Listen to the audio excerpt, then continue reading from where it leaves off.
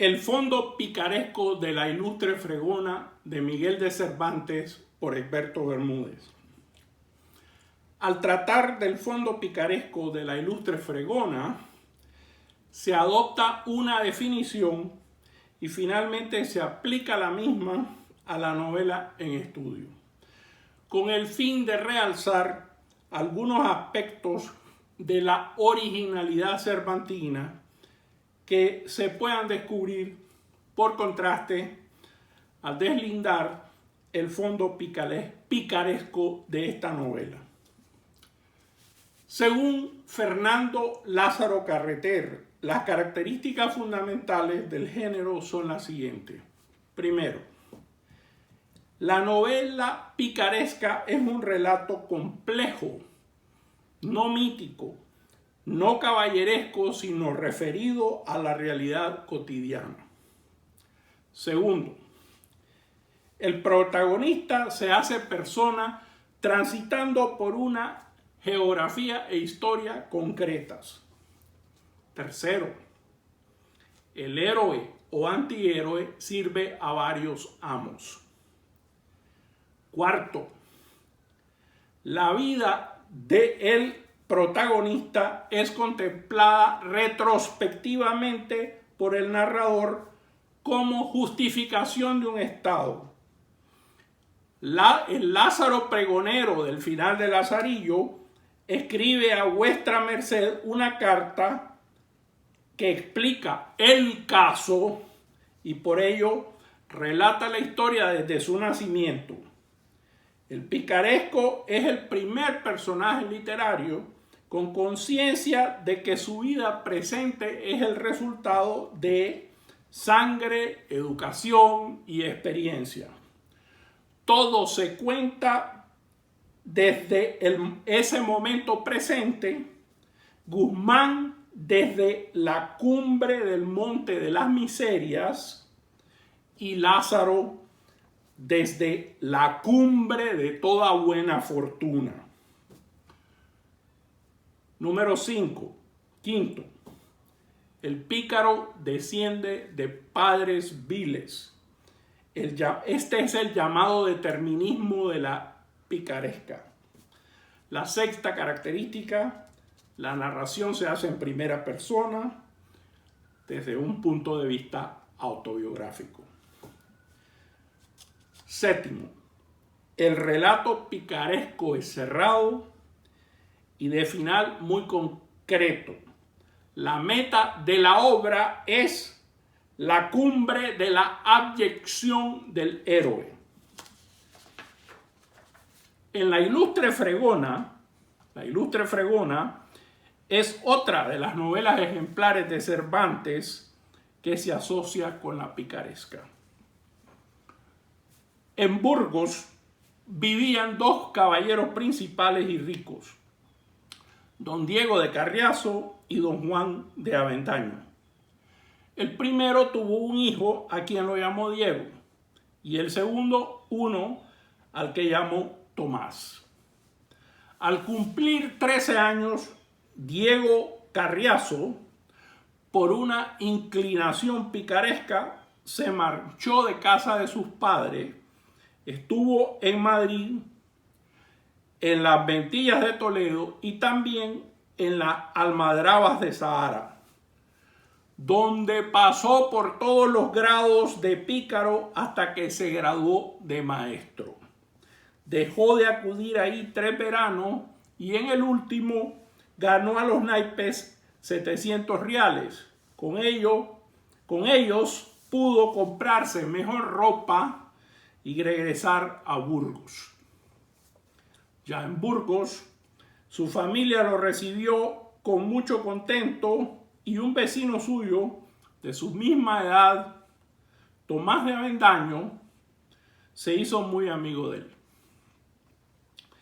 Diego de Carriazo le contó a Tomás todo lo que había vivido en sus experiencias picarescas, por lo que ambos decidieron dedicarse un verano a dicha vida.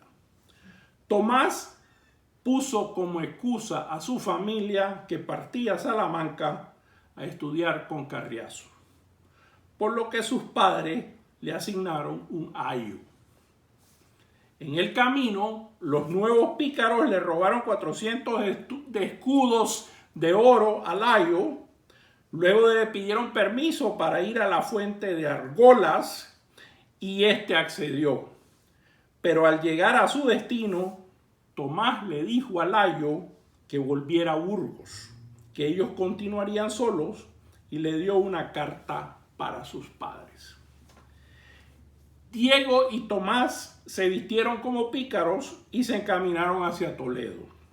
Al entrar a esta ciudad, escucharon a dos mozos de mulas andaluces hablar de una hermosa fregona que vivía en la posada del sevillano. También supieron que el hijo del corregidor estaba locamente enamorado de la muchacha, todo lo que despertó la curiosidad de Tomás.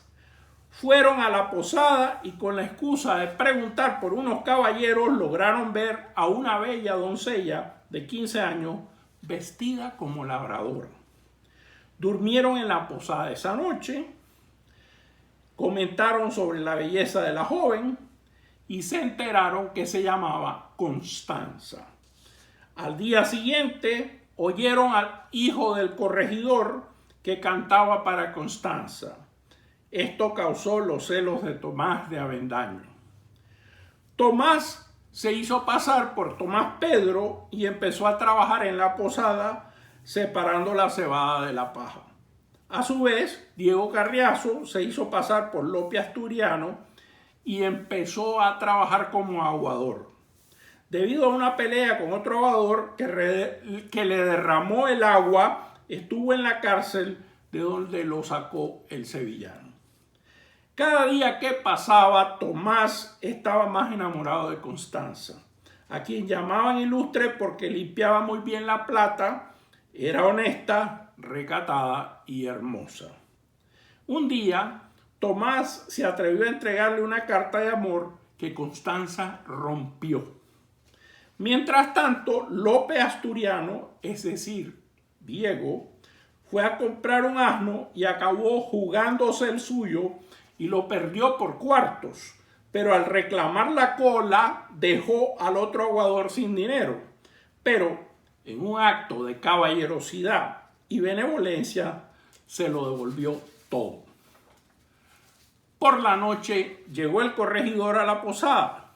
Le preguntó al sevillano por la ilustre fregona y éste le contó que hacía 15 años había llegado a la posada una señora rica, vestida de negro, enferma de hidropesía y que iba de peregrina a la Virgen de Guadalupe. Resulta que la señora estaba embarazada y parió una niña muy bella. La madre de la niña siguió su peregrinación, pero dejó a la bebé en la posada y también un bolsillo de aguja de oro y verde con 400 escudos. Todo se lo dejó a la esposa del sevillano, bajo encargo de cuidar a la bebé. La dama siguió su peregrinación, pero regresó a la posada a los 20 días casi sana. Para entonces, por orden de su mamá, ya la bebé había sido bautizada con el nombre de Constanza. La dama le entregó a la esposa del sevillano una cadena de la que quitó 6 eslabones y dijo que los traería la persona que vendría por la niña. También cortó un pergamino de manera que no se podía leer sin la otra mitad. Partió llorando y aseguró que en 2 años vendrían por su hija y que no le contara a la niña nada de lo ocurrido. El corregidor, antes de marcharse, pudo escuchar toda la historia y además pudo ver los pedazos de cadena y la mitad del pergamino. Al día siguiente llegaron a la posada unos caballeros. Tomás reconoció primero a unos criados y luego a su padre y al de Carriazo. Uno de los caballeros llamó al sevillano para decirle que venía a quitarle a la hermosa doncella y que traía unos pedazos de cadena y la mitad del pergamino. A todo esto, Constanza estaba en la posada, pero los otros trozos de cadena y la otra mitad del pergamino los tenía el corregidor. Finalmente llegó el corregidor, se hicieron las pruebas correspondientes. Al pegar las dos mitades del pergamino, el mensaje era: esta es la señal verdadera. En conclusión, el padre de Constanza era don Diego, quien había forzado a la madre, la cual ya había muerto. Ambos caballeros, don Diego y don Juan, se encontraron con sus hijos Diego y Tomás.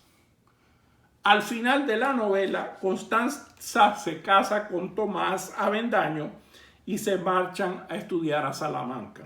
A su vez, Diego de Carriazo se casa con la hija del corregidor y don Pedro, el hijo del corregidor, con una hija de don Juan de Avendaño. Aquí terminamos la primera parte. Muchas gracias por escucharme.